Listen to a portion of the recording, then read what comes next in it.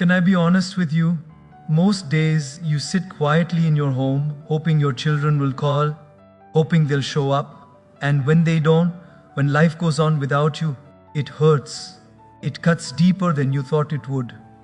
You gave everything, years, energy, sacrifices, and now in your old age you feel invisible. You feel unneeded. Let me tell you something most won't. Chasing your children now, begging for their attention, won't earn their respect. It might even cost you the dignity you've earned your whole life. If you want to be truly valued, if you want your later years to be peaceful and respected, you need to understand these 7 brutal truths about old age and relationships, truths most people are too afraid to say. The first key point is that respect is earned, not owed. For decades, you may have carried the weight of others' expectations, shaping your life around the needs, desires, and comforts of your children. You gave your mornings, your afternoons, your weekends, your energy, without keeping a ledger, without expecting acknowledgement in return. But now, in your older years, when your body slows and your mind aches for recognition, you might feel the urge to remind them of what you gave. That urge is natural, but it's also the moment when many lose sight of a quiet truth. Respect cannot be demanded, it cannot be summoned by presence alone, and it cannot be forced through gestures, no matter how grand or sincere. When you step into the belief that respect should be automatic, you step into a trap. Children, like all human beings, have their own journeys, distractions, and perceptions. They are shaped not only by your guidance, but also by their own desires and habits. If you rely on them to mirror your sacrifices, to reward your care with acknowledgement or attentiveness, you are leaving your peace and dignity in the hands of forces far beyond your control. Respect that is conditional on your visibility is a fragile thing. It becomes like a candle flame flickering in the wind, swaying with moods, circumstances, and small misunderstandings, never stable, never fully yours.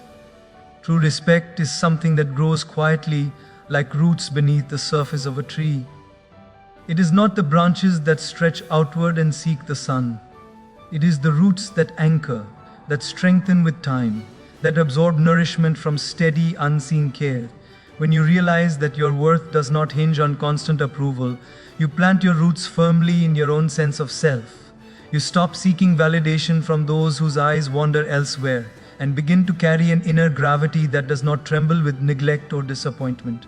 Consider how often you may have compromised yourself for the sake of being liked, for the sake of being useful, for the sake of being seen. It is tempting to believe that your presence equals your influence, but influence born from obligation or guilt is hollow, and attention given out of duty is temporary. Children will notice presence that is scarce, that is deliberate, that is grounded in self-respect. They will see not a parent who bends to every call, but a human who honors boundaries, who honors their own life, who honors the quiet dignity of age. That recognition does not come from demand. It comes from the quiet strength of standing firm. When you begin to grasp this, you will notice how freedom seeps into your daily life. You stop measuring every interaction as a test of worth. You no longer need to justify your value through visits, calls, or reminders. There is an unspoken confidence in knowing that your respect is earned through consistency, integrity, and the life you've led, not through the fleeting attention of others. Every sacrifice you made, every lesson you taught, every boundary you held firm in the past contributes to this reservoir of respect, and it is invisible but indestructible. Many elders confuse kindness with weakness and presence with significance. But kindness is most powerful when it comes from choice, not necessity. Showing up because it is your duty may create gratitude, but it rarely creates reverence. Reverence, the kind that leaves children thoughtful, reflective, and quietly awed, comes from watching a life lived on principles that never bend to whims. When you respect yourself first, the echoes of that respect ripple outward naturally. You no longer chase admiration, it finds you drawn to the gravity of self-respect, drawn to the quiet command of someone who knows their value. The final layer of this understanding is that your own sense of worth becomes a shield against disappointment. When respect is earned, it is never lost because it is not granted conditionally. You carry it with you, wrapped around your identity like armor that feels light but is unbreakable. In this, there is liberation. You are no longer tied to the reactions of others, no longer pacing your life according to the approval of those who may be distracted or indifferent. Every gesture you make, every presence you offer, every boundary you maintain is rooted not in seeking respect, but in embodying it. And when you operate from that place, even absence becomes a language, every choice a message, and every interaction a reflection of the unshakable value that has always been yours. The second key point is that absence builds value. Too often, we think that love and respect are measured by the hours we spend in a room, by the calls we make, by the meals we prepare. But presence, when it is constant, can quietly lose its weight. When you are always there, bending to demands and filling spaces without pause, you risk becoming invisible, like the air people breathe but never notice until it is gone. Absence, paradoxically, gives your life the space to be noticed, the space to be appreciated, and the space to remind others of what they might have taken for granted. Absence is not a withdrawal of love, it is a statement of value. When you step back even just slightly, you create a distance that draws attention to the depth of your life. It is like a melody that is only remembered when a note pauses, a painting that is more striking when a section is left untouched. Children, friends, family, they begin to sense what has always been there, but only when it is not in front of them all the time. In that space, your influence grows quietly, naturally, because you are no longer competing with yourself to be seen. Think about the way the seasons teach us about worth. A tree in full bloom is admired, yes, but the root that rests in the winter soil unseen carries the real strength. Your absence is the winter soil. It allows the roots of respect to grow deeper. It allows others to feel the weight of your life without being overwhelmed by the constant motion of your presence. It is in the subtle gaps, the spaces where you are not filling every moment, that your life begins to speak more clearly than any visit, any gesture, any reminder ever could. There is also a subtle dignity in choosing when to show up. People may feel entitled to your time because it has been freely given in the past. But absence teaches them boundaries. It teaches them to reflect on the moments they had but didn't fully cherish. When you appear deliberately, when your presence is measured and intentional, it carries far more meaning than the endless availability that often goes unnoticed. You are no longer just a participant in their lives, you become a figure whose choices are respected and whose life is observed with intention. Many elders fear that pulling back will be seen as rejection or indifference, but this is the misconception of convenience. True value is not created by bending to expectations but by standing in quiet authority. When you allow absence to exist alongside love, you are teaching one of life's hardest lessons, that attention is not owed and care is not a commodity. It is a choice. And in that choice lies a power that no constant presence can convey. A power that whispers without saying a word, that your time, your energy, and your spirit are precious and cannot be taken lightly. Absence also gives you the gift of reflection. When you are not constantly moving, to satisfy others, you have the space to see your own life clearly, to measure the depth of your own accomplishments, and to witness the ripple effects of your choices. You begin to understand that you are not defined by the immediate reactions of others, but by the consistency of your actions and the integrity with which you have lived. In the quiet of this space, you rediscover yourself, and that rediscovery cannot be achieved when your attention is scattered in every direction. Finally, absence transforms presence into a language of respect. Each time you choose where to invest your time, each deliberate interaction, each boundary you maintain communicates far more than constant availability ever could. Your silence becomes a teacher. Your distance becomes a mirror. Your choices become a message that life is not about being consumed by the demands of others, but about existing in a way that commands reflection, admiration, and ultimately reverence. In that way, absence is not emptiness, it is the force that amplifies your life quietly, powerfully, and permanently. The third key point is that self-respect is the greatest inheritance. Many spend their lives measuring the worth of their years in the smiles of others, in the approval of children, in the gratitude they receive. But in the quiet hours when no one is watching, the truth whispers softly. The only wealth that truly lasts is the value you place on yourself. Money can be spent, possessions can fade, but the sense of your own dignity, guarded, nurtured, and lived, cannot be stolen. It is a treasure that travels with you even when the world forgets your name. Self-respect begins with understanding that you are not defined by how others respond to your kindness or your sacrifices. You are defined by the choices you make, the boundaries you set, and the courage with which you honor your own life. There is a subtle power in refusing to let your energy be consumed by those who cannot appreciate it. It is not stubbornness, it is wisdom. It is the quiet insistence that you will not trade the calm of your soul for the temporary satisfaction of being needed. Many elders fear that standing in their own value will be mistaken for distance or coldness. They worry that children will interpret boundaries as rejection. But self-respect is not the absence of love. It is the presence of truth. Love that asks you to compromise your dignity is not love at all. When you respect yourself first, you send a clear, unspoken message that life is not about bending endlessly to please others, but about living in a way that honors both yourself and the relationships that are mutually enriching. When you choose self-respect, you begin to see your past in a new light. Every hardship you endured, every lesson you taught, every quiet act of courage becomes part of a tapestry that cannot be unraveled by neglect or ingratitude. You realize that the value of your life was never in the acknowledgement you received, but in the integrity with which you lived. That recognition, when it comes from within, is steady and unshakable, not dependent on moods, visits, or fleeting gratitude. Self-respect also teaches others without words.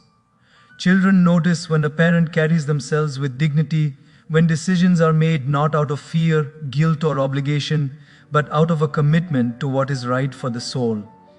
It is a silent lesson, more potent than any lecture, that worth is not borrowed from approval. It is cultivated, protected, and expressed through consistent, intentional living. When you live this way, respect becomes inevitable, not because you demanded it, but because you embodied it. There is a freedom in this understanding that cannot be overstated. When you center your life around self-respect, you are no longer at the mercy of others' validation. You no longer measure your days in the echoes of gratitude you might never receive. Your presence becomes a gift, not an obligation, and your actions flow from choice rather than desperation. This freedom allows you to move through relationships with grace, clarity, and a quiet strength that commands notice without shouting for attention. Finally, self-respect is the inheritance that outlives material wealth. Children may forget the details of what you gave them, the objects, the favors, the assistance, but they will carry the imprint of a life lived with integrity, a parent who never compromised their dignity, a human who knew their worth even when no one else acknowledged it. That imprint shapes their understanding of respect, their perception of value, and their approach to their own lives. By honoring yourself, you give them a gift far more enduring than any possession, the knowledge that true worth begins from within and radiates outward in ways the world cannot erase. The fourth key point is that constant visits can breed entitlement. When you move through life believing that showing up in someone else's world automatically guarantees gratitude or respect, you are stepping into a quiet danger. The more often you give without pause, the more ordinary your presence becomes. What was once a source of connection, warmth, and care can slowly turn into expectation, a taken for granted rhythm that loses its meaning. Human beings notice value not in what is abundant, but in what is deliberate, what carries intention and choice. It is tempting to think that love is proven by proximity, that the number of visits or calls measures your care. But in truth, overexposure can dilute the very affection you seek. When every day, every week, every holiday becomes a stage for your attention, the heart begins to adapt. Gratitude is subtle. It thrives in tension, in moments where effort and choice are visible. If you pour yourself endlessly into another's life, they may no longer see the effort as extraordinary. It simply becomes the air they breathe. And when appreciation fades, so does the quiet admiration that once defined your relationships. Entitlement is a shadow that grows slowly, unnoticed, until it touches every interaction. Children, like all humans, may begin to assume your energy, your presence, and your care are their due. They stop asking, stop noticing, stop valuing. It is not malice, it is the natural pattern of human perception. When something is always available, it is no longer remarkable. Your visits, your attention, your efforts, once carried with love, risk becoming invisible. And in that invisibility lies a quiet erosion, not of your affection, but of the respect that is so difficult to regain in later years. This does not mean that love should be withheld. It means that love must be wise, intentional, and sometimes selective. When you allow moments of absence, when you step back from being constantly available, you create a space where your presence regains its weight. Your children begin to notice the subtle void your absence creates. They remember what it feels like when you are there and when you are not. And in that contrast, the true value of your attention is revealed. Absence is not abandonment. It is a clarifying lens that shows the depth of your contributions in sharp focus. Constant presence can also strain your own energy without giving you the return you hope for. Every visit, every effort, every repeated sacrifice requires vitality, yet the human spirit is finite.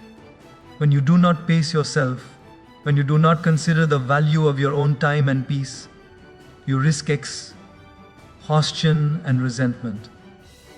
And exhaustion breeds bitterness, even in the most patient hearts. Children sense it, even if unconsciously, and the very love you hope to nurture can be overshadowed by the quiet tension of your fatigue. Setting boundaries is not a withdrawal of care. It is the act of preserving the quality of the love you offer. The lessons in this point are subtle but profound. Life teaches us that the power of presence lies not in abundance but in meaning. When you appear with intention, when you choose carefully how, when, and why you are present, your gestures are no longer routine. They are remarkable. You are no longer measured by quantity, but by the weight of your choices. Each visit becomes a statement, each interaction a reflection of your dignity. In this way, you reclaim the authority of your life, protecting your respect while still nurturing the bonds you value. Finally, understanding this principle allows you to redefine the very nature of your relationships. You no longer act from fear of losing connection or from the need to earn affection. You act from a place of intentionality, of clarity, of self-worth. In doing so, you teach a lesson far more enduring than presence ever could, that love and care are gifts, not entitlements, that respect must be cultivated, not assumed, and that your life, your time, and your energy are too precious to be diluted by constant availability. It is in this balance between presence and absence, giving and preserving, that the true power of your later years emerges. The fifth key point is that you must choose your moments, not their demands. Too often, we let the rhythm of other people's lives dictate the tempo of our own. Calls, visits, requests, they pile up like a river threatening to overflow its banks, and in trying to meet every expectation, we lose sight of the fact that our own time, our own presence, and our own energy are finite.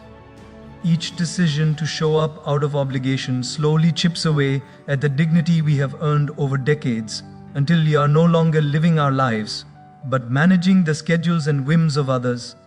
There is an uncommon power in deciding when to appear. It is not about being distant or uncaring. It is about creating a space where your presence is meaningful. When you arrive deliberately, when your attention is given by choice and not by default, it carries weight. Think of it like a rare flower in bloom. It commands notice not because it is everywhere, but because it appears at the right moment, in the right place, with perfect timing. That choice to show up becomes a language of respect, both for yourself and for the people who receive it. Too many elders fear that refusing to meet every demand will be seen as neglect or indifference. But this fear misunderstands human nature. People respond not to constant availability, but to presence that is conscious and intentional. When you are always there, you become expected, routine, and sometimes invisible. When you are selective, however, every interaction is amplified. Your choice to be present communicates value far more clearly than constant attendance ever could. It whispers that your time matters, your energy matters, and your life is not something to be taken for granted. Choosing your moments also protects your own inner life. When you constantly bend to external demands, you dilute the richness of your thoughts, your reflections, and your energy. Life in later years should not be measured by exhaustion or obligation, but by clarity, peace, and purpose. By pacing yourself, by deciding when to be available, you preserve your vitality. You allow yourself space to think, to breathe, to feel fully, so that when you do engage, your attention is complete, your care is genuine, and your presence is transformative. There is a subtle art in this kind of discernment. It requires observing the patterns of relationships, understanding which moments carry significance, and recognizing where your presence will be most effective. Showing up randomly or endlessly may earn temporary smiles, but showing up at the right moment earns lasting respect. Like a sculptor, you shape the impact of your life not by endless effort, but by precise, meaningful strokes. Timing becomes the tool that magnifies your influence, transforming ordinary interactions into unforgettable experiences. This approach also teaches others the value of boundaries without words. When your presence is intentional, people begin to understand that life is not about automatic access to you, but about mutual respect. They learn that your energy is precious and that earning your time requires awareness and appreciation. In this, there is a quiet lesson more profound than any verbal instruction. That value is created by deliberate action, not by assumed availability, and that relationships flourish when guided by intention rather than routine. Finally, choosing your moments allows you to reclaim authority over your life. You are no longer reacting to the demands of others, but responding from a place of wisdom and self-respect. Each decision to engage becomes a statement that your life is yours to navigate. Your presence is a gift, and your energy is not a resource to be spent recklessly.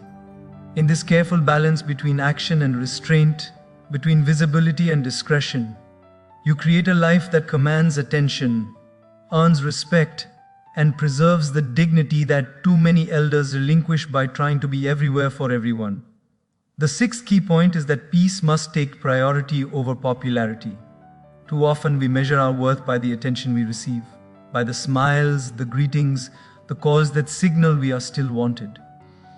In older age, it is tempting to chase this reassurance, to bend ourselves in pursuit of recognition, to constantly show up in the hope that our presence will be rewarded with approval. But popularity is fleeting. It rises and falls like the tide, leaving behind an emptiness that cannot be filled by the next interaction or the next polite gesture. Peace, however, is enduring. It is the calm river beneath the surface of our lives, steady and unshakable, and it must never be sacrificed for temporary approval. Many elders live under the quiet pressure of expectation, believing that staying visible is the only way to maintain relevance. They schedule visits, answer every call, and insert themselves into every moment, thinking that love and respect are contingent on their presence. And yet, this constant pursuit often erodes the very thing they hope to preserve: dignity. When attention becomes the measure of your life, you begin to compromise your boundaries, to tolerate discomfort, to quiet your own needs. You trade serenity for smiles, and the irony is cruel: approval comes at the cost of your inner calm. True peace is found when you honor yourself first, when you refuse to bend endlessly to the whims of others. It is not indifference or selfishness. It is the quiet wisdom of a life that has learned the value of energy, the importance of boundaries, and the power of choice.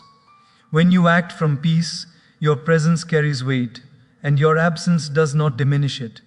People notice not because you are everywhere, but because you exist in a state of calm authority that cannot be ignored. Peace is magnetic in a way that forced attention never can be. Chasing popularity often blinds us to subtle truths about human nature. Children, like all humans, respond more to authenticity than to constant availability. They sense when effort is genuine and when it is performed out of duty or fear of being forgotten. When you prioritize peace over approval, you operate from a place of authenticity. You stop measuring the value of your interactions by immediate reactions or outward acknowledgement. Instead, your actions become grounded in clarity, in intentionality, and in the unspoken strength of a life guided by principles rather than applause. There's also a protective element in choosing peace. Older years bring limitations: physical, emotional, and sometimes social. When you give yourself entirely to the pursuit of being liked, you leave yourself vulnerable to disappointment, resentment, and exhaustion. Every call answered out of obligation, every visit made to appease others, chips away at your energy. But when peace is your priority, you carefully select where to invest your attention, and in doing so, you safeguard your vitality. Your calm becomes a sanctuary, and that sanctuary is the foundation from which all meaningful relationships can thrive. Prioritizing peace over popularity allows reflection to deepen. In the quiet of your own boundaries, you can see patterns, understand motives, and recognize which connections are sustaining and which are draining. Life stops being a series of reactive motions and becomes a canvas on which you deliberately paint each interaction. You notice the subtle ripples of influence, the echoes of your sense, and the ways your decisions shape the atmosphere around you. Popularity may capture attention in bursts, but peace sustains influence, respect, and emotional health over decades. Finally, embracing peace above all else transforms the way you are perceived. When you stop chasing validation, you command it naturally. Your presence is no longer measured by frequency but by weight. Your energy is no longer available on demand, but it is treasured when it appears. In this way, the quiet power of peace teaches others what cannot be taught by words: that respect and admiration are not prizes to be won through constant motion, but reflections of the inner stability, self-worth, and dignity that radiate from a life lived in intentional calm. The seventh key point is that you must let your life speak, not your presence. For too long, we have measured impact by motion, by the number of calls made, visits paid, and moments filled with action. We believe that being seen is the same as being valued, and that every footstep must echo in order to leave a mark. But life has a quieter language, a language that does not demand applause or acknowledgement, and it is this language that carries the deepest influence. The choices you have made, the lessons you have lived, the boundaries you have held firm, all of these speak louder than any constant presence ever could. Children, like all of us, are shaped more by example than by repetition. They do not always notice the sacrifices in the moment, nor do they always understand the thought behind every gesture. But they sense patterns, they feel the energy of consistency, and they remember the way life was lived long after specific moments are forgotten. Your life, the way you conducted yourself, the way you honored your principles, has already planted seeds that will grow quietly in ways you cannot immediately see. Presence may fade, but the echo of a life lived with integrity resonates endlessly. There is a freedom in allowing your life to speak instead of forcing presence. You are no longer tied to the performance of proving your worth every day. You are no longer measuring value by immediate reactions or fleeting expressions of gratitude. Instead, you let the entirety of your years, the strength, the sacrifices, the lessons, the quiet courage, communicate your significance. Your story becomes visible in the spaces where you are absent, in the memories carried silently by those who witnessed your life. This is a power that cannot be borrowed or taken away. It belongs entirely to you. Many elders feel an urge to insert themselves constantly into the lives of their children, believing that without their daily presence, they will be forgotten or undervalued. But true influence does not depend on continuous motion. Like a river that carves a canyon over centuries, the shape of your life forms slowly, steadily, and invisibly. Your presence is transient, but the impact of your values, your discipline, and your choices is permanent. When you stop chasing attention, you allow your life to take the natural shape it was always meant to have: enduring, resonant, and self-sufficient. This principle also teaches patience. The rewards of a life that speaks for itself are not immediate. Recognition may not come in the day-to-day, in the calls returned or the smiles offered, but over time, the weight of a life lived with care and intention becomes undeniable. Children, even if unaware in the moment, eventually notice the patterns, the lessons, and the consistency of integrity. Respect grows silently, organically, without force or demand, and it is far stronger than anything imposed by constant appearances. Letting your life speak also protects the quality of your relationships. When you stop measuring connection by presence alone, interactions become more deliberate, more meaningful, and more reflective of who you truly are. You engage because it matters, not because you feel obligated. Every word carries thought, every gesture carries intention. In this way, your interactions are elevated from routine motions to moments of genuine influence. The life you have lived becomes a template, a quiet teacher, a standard that guides without requiring constant attendance. Finally, when your life speaks, absence itself becomes a statement. You no longer need to chase respect, affection, or acknowledgement, because the truth of your value is already visible. The lessons you imparted, the courage you demonstrated, the integrity you maintained, they all carry weight that presence alone cannot convey. Children remember not just what you did, but how you lived. And that memory becomes an enduring blueprint for understanding dignity, responsibility, and worth.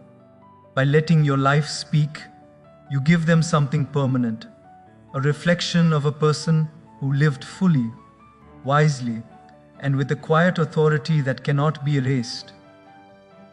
When you step back and look at the years behind you, you see a life built on choices, on sacrifices, on moments both quiet and profound. You carried others. You gave more than you could measure. And yet the truth is, your worth was never in the recognition you received. It was always in the way you lived, the care you took of your own spirit, the dignity you refused to trade. Respect does not come from chasing it, and love does not come from proving it. Both grow naturally when you honor yourself, when you set boundaries, when you allow your life to carry its own weight. There is a subtle power in this realization, a stillness that does not need to shout. You will no longer measure your days by the responses of others, nor will you bend yourself to fit into expectations that never serve you. Instead, your presence, your absence, your choices, they will speak volumes. Every act of patience, every moment of quiet reflection, every boundary held with care becomes a signal that you understand your own value. And in that understanding, there is freedom that the world cannot take away. You have spent decades giving, shaping, teaching, and guiding. Now the final lesson is for yourself. that your peace is worth more than approval, your dignity is more lasting than attention, and your life is meaningful even when no one applauds.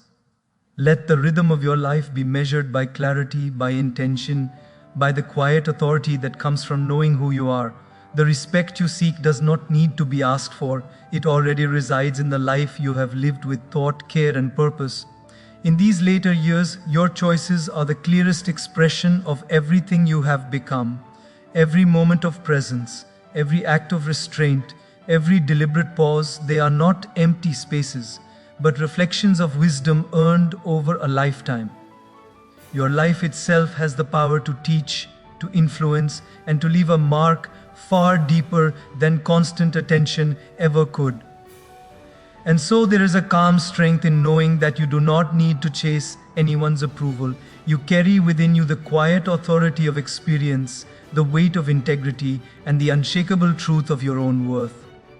The world may notice or it may not, but the life you have lived is already enough. The respect, the influence, and the peace you seek begin here, inside you, in the choices you make from this moment forward. When the days feel long or the calls go unanswered, remember that your value is not a reflection of others' awareness. It is a reflection of the life you have lived, the lessons you have embodied, and He quiet strength that no one can diminish. You are not diminished by absence, nor inflated by attention. You simply are, and that is already more than enough. Carry this quietly, deeply, into the hours and years ahead. Let your presence be measured. Let your absence teach. Let your life itself be the voice that speaks. In this balance, you will find the dignity, the clarity, and the peace that has always been your birthright. And it will guide every step you take with the quiet certainty of someone who knows their own worth.